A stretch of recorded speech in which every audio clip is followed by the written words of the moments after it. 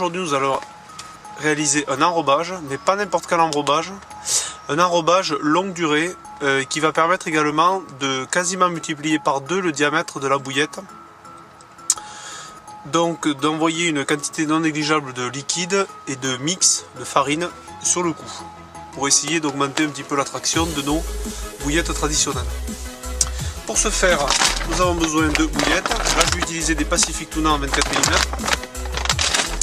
Un petit peu de Pacific Tuna Bag Mix. Du liquide Response Plus Spice, qui est un liquide qui sent très fort et qui est très intéressant à utiliser en hiver. Et notre ingrédient principal, du liquide mélasse, qui est en fait de la mélasse.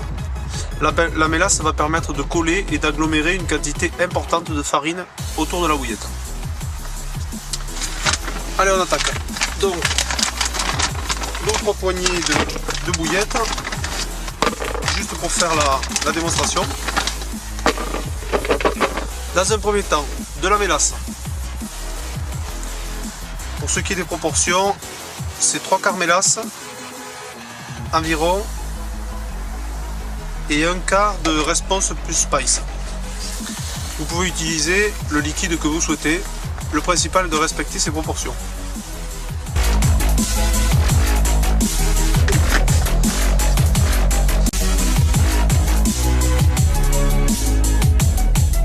Je vais réaliser cet enrobage à base de Tuna Bag Mix et que je vais en fait introduire en assez faible quantité, mais essentiellement à base de mix maison ou peu importe le mix que vous souhaitez utiliser.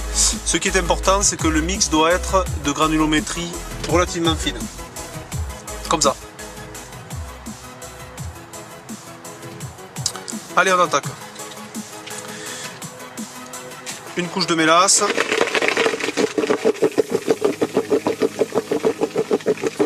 une couche de mix. L'important est que les bouillettes soient bien sèches entre chaque couche. J'ai réalisé ma première couche.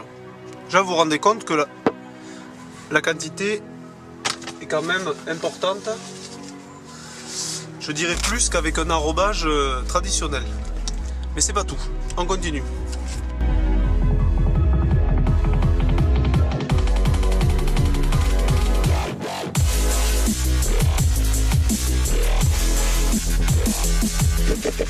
Les bouillettes sont bien gluantes. Allez, c'est parti. On met le mix. 2 bonnes poignées.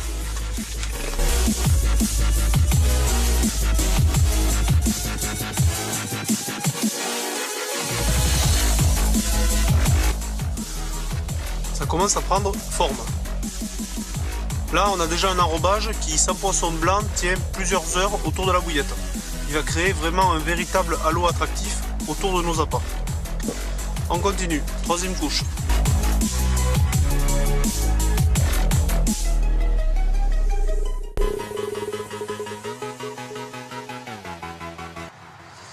Alors, à partir de la 3e couche, c'est là que je vais introduire mon Pacific Tuna Bag Mix. Pourquoi? Il a une granulométrie qui est relativement importante, beaucoup plus importante que mon mix. Donc il faut déjà qu'il y ait une quantité importante de farine autour de la bouillette pour que les pelettes s'agglomèrent bien dans la pâte. Même processus.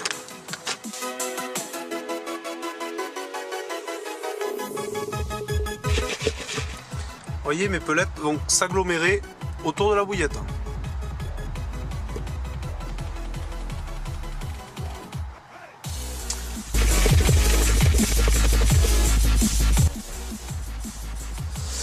Et on remet du mix.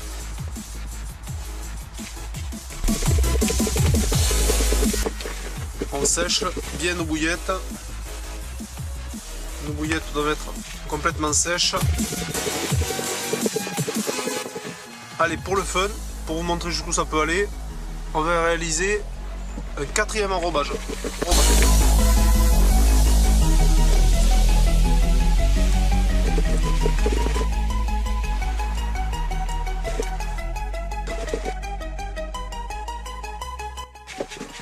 Voilà, j'ai mes petits calots. Mes petits calots attractifs que je vais pouvoir disperser autour de mon montage.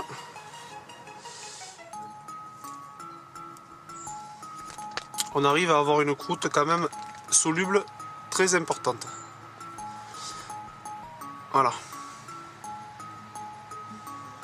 Alors je vous fais pas un dessin au fond de l'eau. Ça donne quelque chose de vraiment intéressant pour attirer de loin les poissons. Alors une petite astuce pour rien gaspiller. Une fois que mes calots sont enrobés,